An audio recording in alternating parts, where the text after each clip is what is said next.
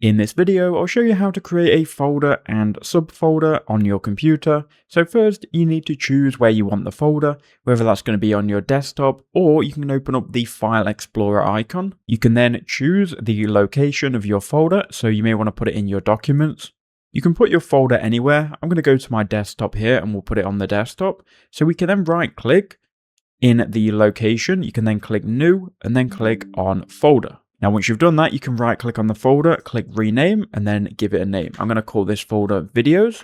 Now what we can do is double click in the folder and we can now go to new in the top left or right click again and create subfolders. So I'm going to go to new folder and I'll call this folder tech videos.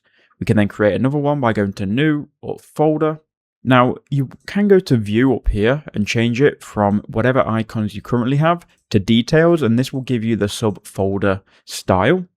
Then when you go back, you can do the same in view, click on details to your other folder. Now when you click on the folder, you can click through them and add files to these subfolders or the main folder here.